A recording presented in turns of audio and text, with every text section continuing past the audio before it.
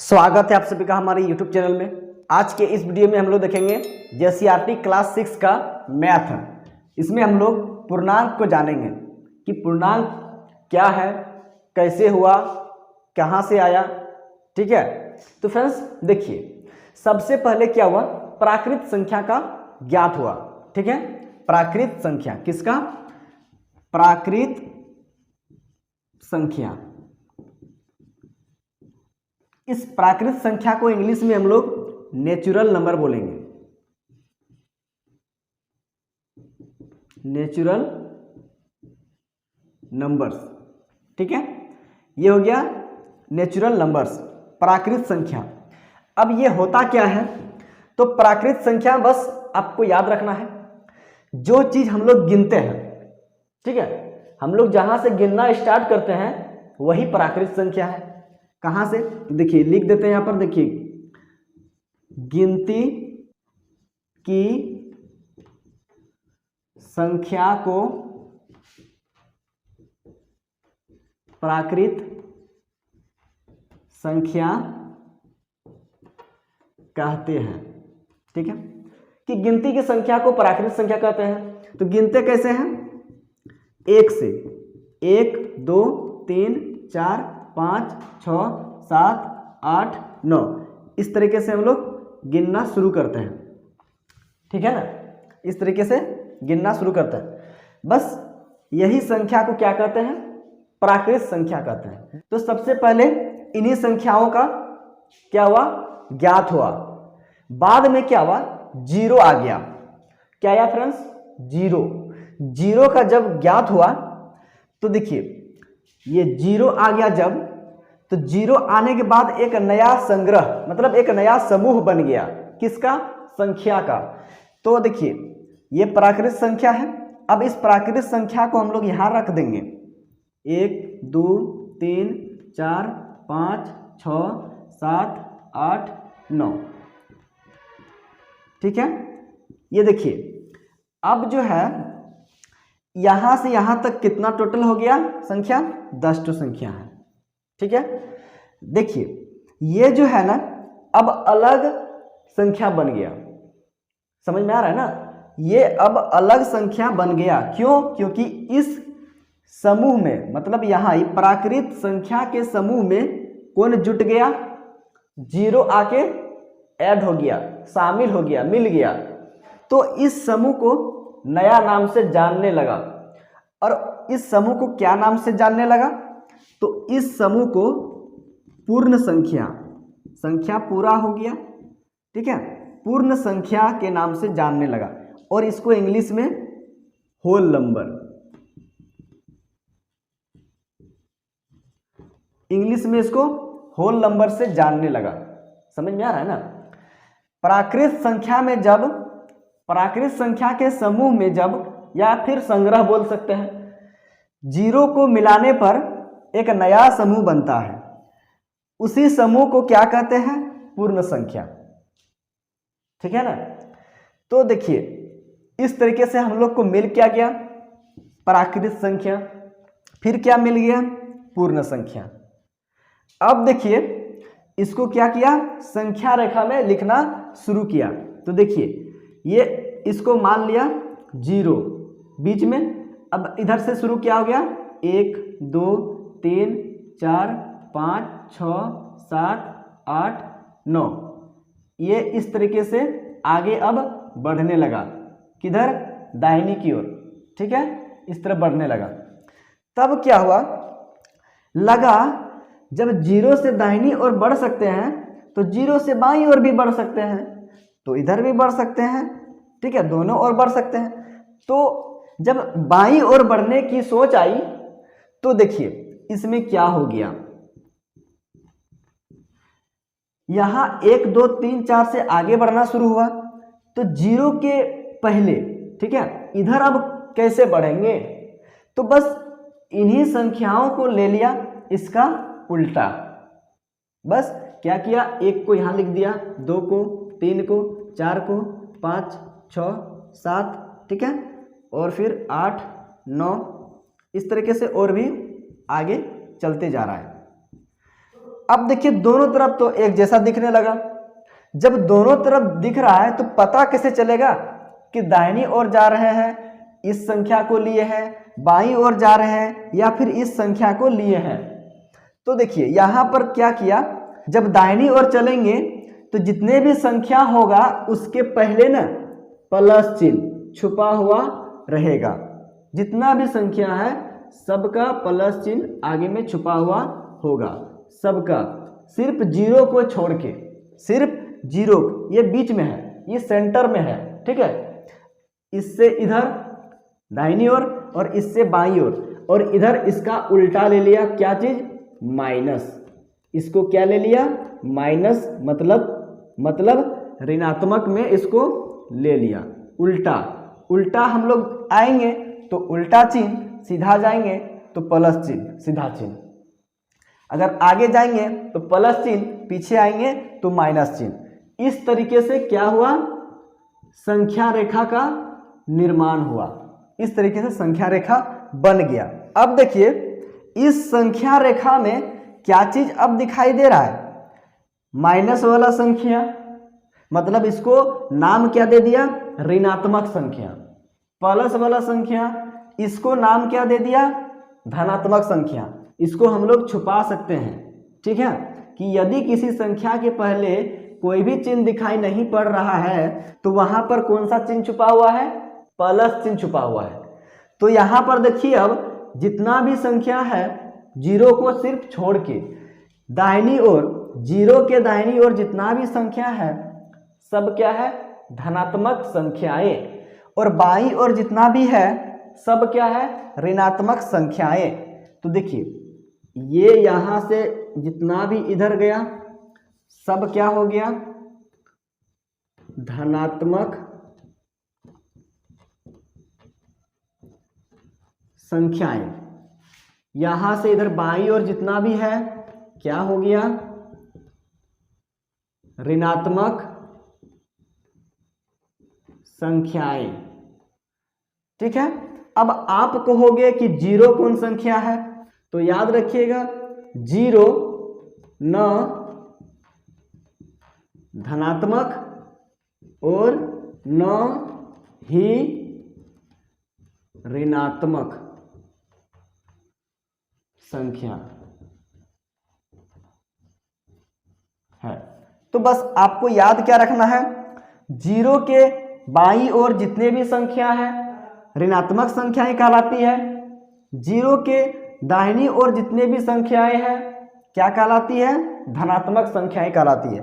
और जीरो न धनात्मक और न ऋणात्मक संख्या, मतलब ये सिर्फ एक संख्या है, ठीक है, ये एक संख्या है जो ना धनात्मक है और ना ऋणात्मक। इसके पहले हम लोग जीरो के पहले ना माइनस लगा सकते हैं और ना ही प्लस, ठीक है। तो अब देखिए ये ऋणात्मक संख्या, धनात्मक संख्या, समझ में आ रहा है ना, सभी ऋणात्मक संख्या, सभी धनात्मक संख्या और बीच में कौन, जीरो, सबको मिला दीजिए। क्या कीजिए, सबको मिला दीजिए। तो बताइए एक बड़ा सा क्या बन गया, अब संग्रह बन गया, समूह नया बन गया। जिस तरह यहां से एक समूह था संख्या का, जीरो को लाके मिला दिए तो क्या बन गया, पूर्ण संख्या, होल नंबर्स बन गया। उसी प्रकार अगर यहां से धनात्मक संख्या और यहां पर जीरो को ले लेंगे और फिर यहां से ऋणात्मक संख्या सबको मिला दिया जाए तो क्या कहलाता है, तो वो कहलाता है पूर्णांक। इसे ही क्या कहते हैं, पूर्णांक, इंग्लिश में इंटीजर्स, ठीक है। ये हो गया इंटीजर्स। अब जब इंटीजर्स को जब संख्या रेखा में दर्शाएंगे तो यहां से आप इसको अब बोल सकते हो क्या चीज, धनात्मक संख्या भी बोल सकते हो, धनात्मक पूर्णांक भी बोल सकते हो। धनात्मक संख्याएं, धनात्मक पूर्णांक दोनों बोल सकते हो।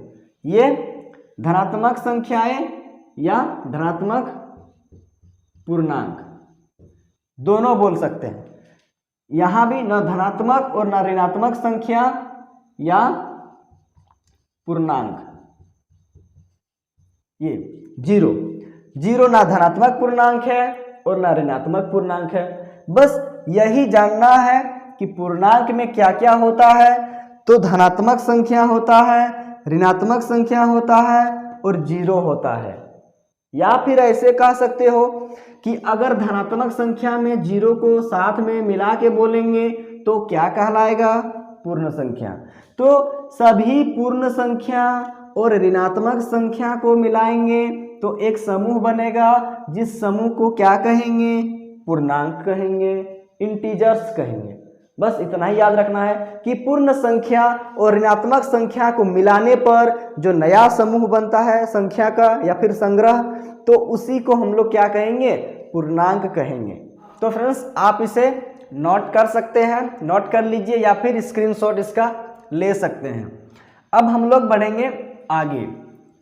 इसको पहले इरेज कर लेते हैं।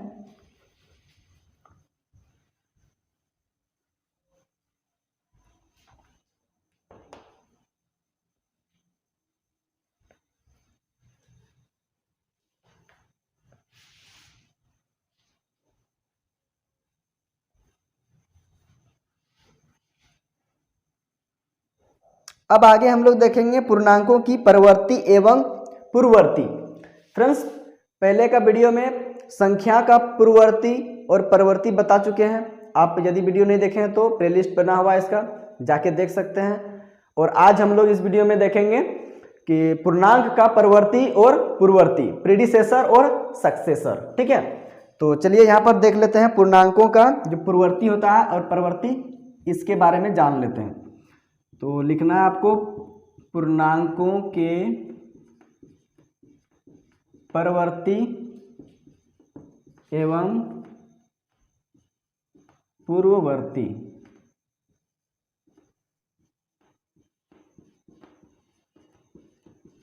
Successor and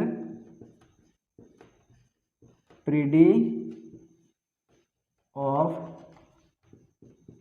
integers.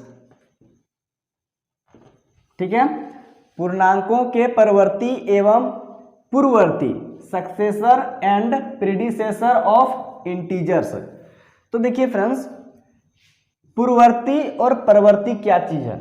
तो देखिए, परवर्ती का मतलब होता है किसी भी पूर्णांक में एक इकाई, कितना? एक इकाई जोड़ने पर जो संख्या प्राप्त होता है या फिर पूर्णांक प्राप्त होता है, वो उस संख्या का या फिर उस पूर्णांक का परवर्ती कहलाता है। पूर्ववर्ती,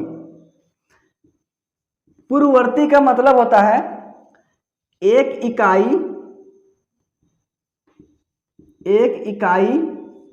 क्या करने पर? घटाने पर और इसमें जोड़ने पर। एक इकाई जोड़ने पर, एक इकाई घटाने पर जो संख्या या फिर पूर्णांक प्राप्त होता है, वह संख्या या पूर्णांक उस संख्या का क्या कहलाता है? पूर्ववर्ती, पूर्ववर्ती कहलाता है। ठीक है, अब इसको और भी आसान शब्द में अगर कहा जाए तो देखिए, इसको ऐसे समझिए कि किसी संख्या में एक जोड़ने पर जो संख्या आएगी वह संख्या क्या कहलाएगा? उस संख्या का परवर्ती कहलाएगा। ठीक है, और यहाँ पर पूर्ववर्ती का मतलब होता है किसी भी संख्या में अगर एक घटाने पर जो संख्या प्राप्त होगा वह उस संख्या का क्या कहलाएगा? पूर्ववर्ती कहलाएगा। पूर्णांक रहे या फिर संख्या रहे, दोनों में ही उसी तरह करते हैं। ठीक है, तो देखिए यहां पर ले लेते हैं संख्या या फिर या पूर्णांक। ठीक है, संख्या या पूर्णांक ले लेते हैं, संख्या या पूर्णांक। और यहां पर क्या करते हैं? इसका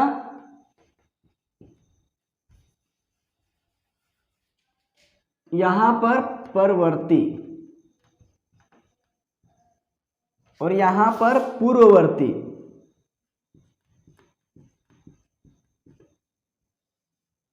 पूर्ववर्ती, ठीक है। देखिए कोई संख्या ले लेते हैं जैसे 8, 6 और कोई पूर्णांक ले लेते हैं -2, -4, 6। ये संख्या भी बोल सकते हैं, पूर्णांक भी, दोनों एक ही चीज़ है, ठीक है। पूर्णांक को प्लस भी हो सकता है, माइनस भी हो सकता है, जीरो भी हो सकता है, ठीक है। अब देखिए यहाँ पर इसमें क्या करना है, 8 में क्या करेंगे कि पूर्ववर्ती मिलेगा, 8 का पूर्ववर्ती बताना है। 8 का पूर्ववर्ती का मतलब क्या होता है, एक इकाई घटाने पर, मतलब एक घटा दीजिए, तो 8 में एक घटा दीजिएगा तो क्या होगा, 7। यही पूर्ववर्ती है 8 का, 8 का पूर्ववर्ती 7 है।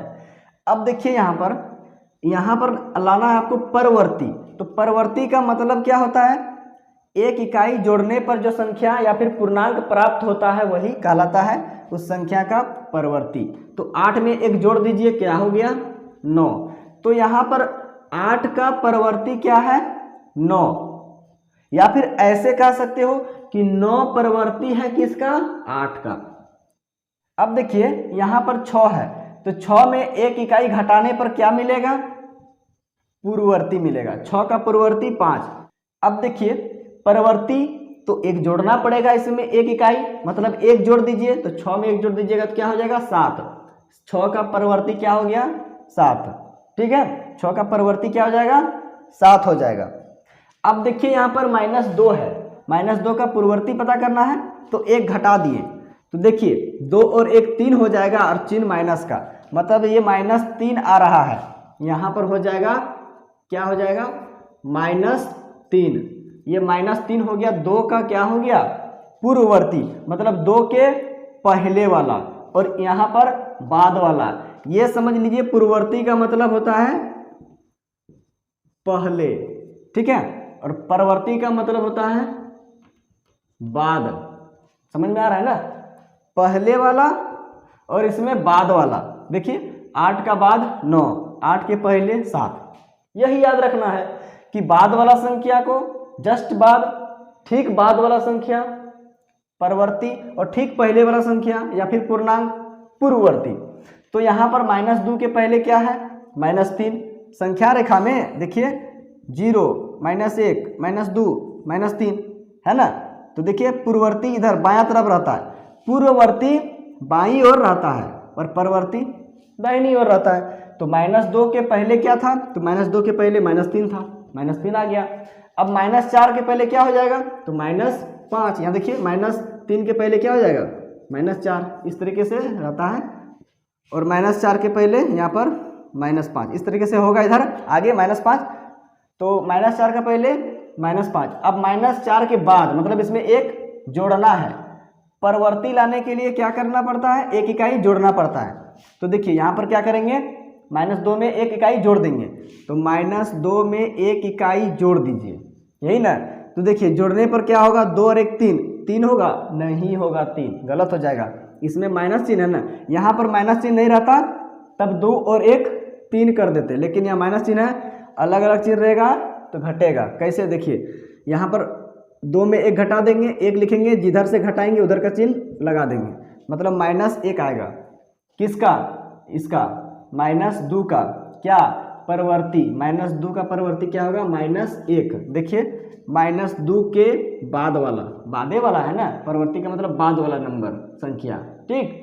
तो यहाँ देखिए -2 के बाद वाला -1, तो यहाँ -2 के बाद -1, ये हो गया परवर्ती किसका, -2 का। ये हो गया पूर्ववर्ती किसका, -2 का। बस उसी तरह निकालना है। 6 का परवर्ती एक जोड़ दीजिए, मतलब ठीक आगे वाला क्या हो जाएगा, 7। ये तो लिखे हैं यहाँ पर, चलिए यहाँ 16 कर देते हैं। ये तो 16 हो गया, तो यहाँ पर क्या हो जाएगा, 17। अब इसका पहले वाला क्या हो जाएगा, 15, ठीक है, 15 हो जाएगा। एक घटा देने पर पहले वाला संख्या पूर्ववर्ती। अब 0 के बाद वाला क्या हो जाएगा, 1। देख लीजिए 0 के बाद इधर क्या आएगा, +1, +2, +3, मतलब इधर धनात्मक वाला आता है। तो देखिए यहाँ पर 0 के बाद वाला कौन हो गया, 1। तो 0 का परवर्ती 1 और 0 का पूर्ववर्ती -1। देखिए 0 का पहले वाला कौन, -1, ये पूर्ववर्ती होगा, पहले वाला पूर्ववर्ती, बाद वाला परवर्ती। बस इसी को याद रखना है। सारा आपका सवाल जो भी रहेगा प्रवर्ती, पूर्ववर्ती, प्रीडिसेसर, सक्सेसर में रहेगा, तो आप आसानी से एकदम बना सकते हो। क्लियर है? तो आप इसे नोट कर सकते हैं, नोट कर लीजिए। स्क्रीनशॉट करना है तो स्क्रीनशॉट कर लीजिए। तो अब इसको मिटा देते हैं, इरेज कर देते हैं।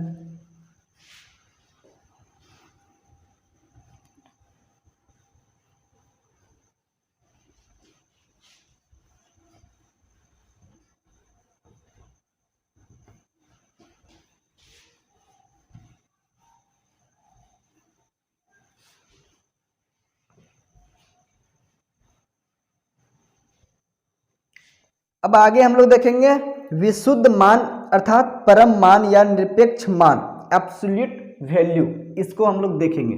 ठीक है, तो देखिए ये क्या चीज है, तो ये है विशुद्ध मान अर्थात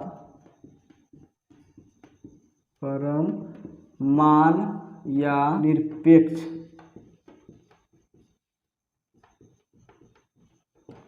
मान, इंग्लिश में अब्सोल्यूट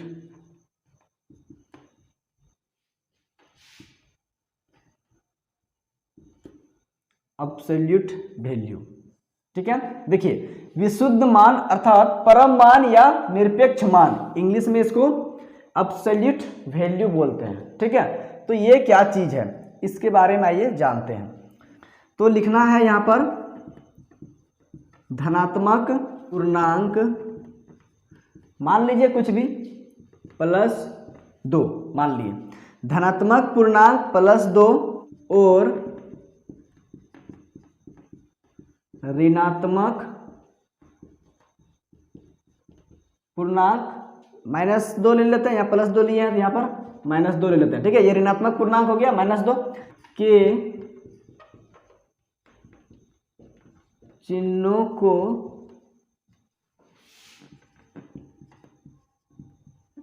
छोड़ने पर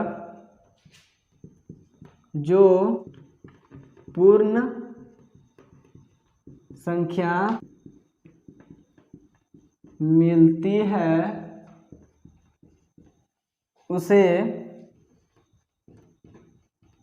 पूर्णांक का विशुद्ध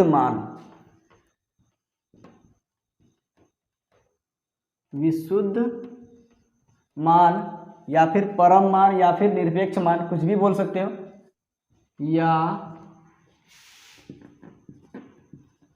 परम या निरपेक्ष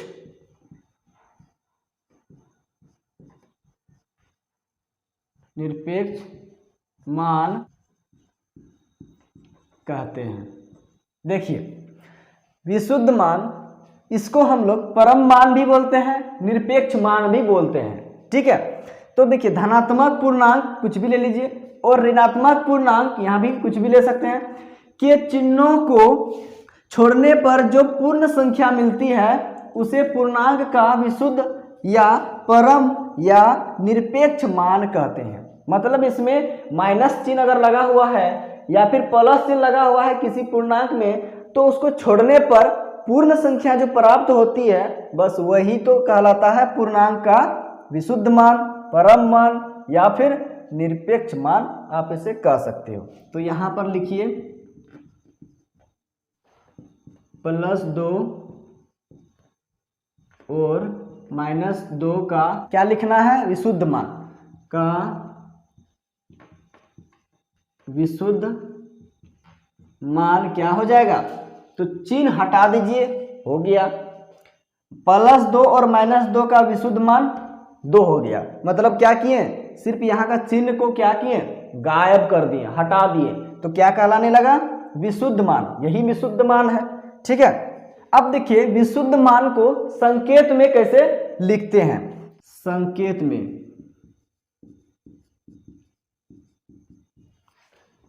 अगर हम इसको लिखते हैं +2 का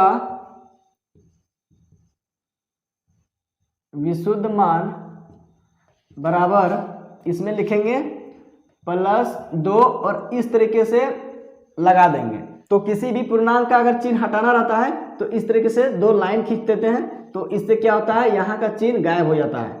हटाने के लिए इसको इस तरीके से चिन्ह लगाया जाता है, ठीक है। तो ये हो गया 2। अब यहाँ पर -2 का विशुद्ध मान क्या हो जाएगा, -2 को यहाँ पर इस तरीके से लगा देंगे और हो जाएगा ये 2। तो इस तरीके से संकेत में इसको लिखते हैं विशुद्ध मान को, ठीक है। तो फ्रेंड्स आप इसे नोट कर सकते हैं, नोट कर लीजिए या फिर स्क्रीनशॉट भी ले सकते हैं। धनात्मक पूर्णांक या ऋणात्मक पूर्णांक का अगर विशुद्ध मान, परम मान या निरपेक्ष मान निकालेंगे तो वो हमेशा क्या होगा, धनात्मक ही होगा, वो धनात्मक पूर्णांक ही होगा, ठीक है। तो फ्रेंड्स आज के इस वीडियो में हम लोग पूर्णांक के बारे में कुछ जाने और समझे। तो आज की वीडियो में बस इतना ही रहने देते हैं। ये वीडियो आपको अगर समझ में आया तो वीडियो को लाइक कीजिएगा, चैनल पर पहली बार आए हैं तो चैनल को सब्सक्राइब जरूर कर लीजिएगा। आप लोग वीडियो तो देखते हैं लेकिन चैनल को सब्सक्राइब नहीं करते हैं, चैनल को प्लीज़ सब्सक्राइब जरूर कर लीजिएगा और अपने दोस्तों तक इस वीडियो को शेयर भी जरूर कीजिएगा ताकि उसे भी इस वीडियो से हेल्प मिल सके। और बेल आइकन का नोटिफिकेशन ऑन कर लीजिएगा सब्सक्राइब करके, ताकि जब भी मैं नया वीडियो अपलोड करूं तो सबसे पहले उस वीडियो का नोटिफिकेशन जो है ना सबसे पहले आप तक पहुंच सके। तो अब मिलते हैं अगला वीडियो में। Thank you for watching my video.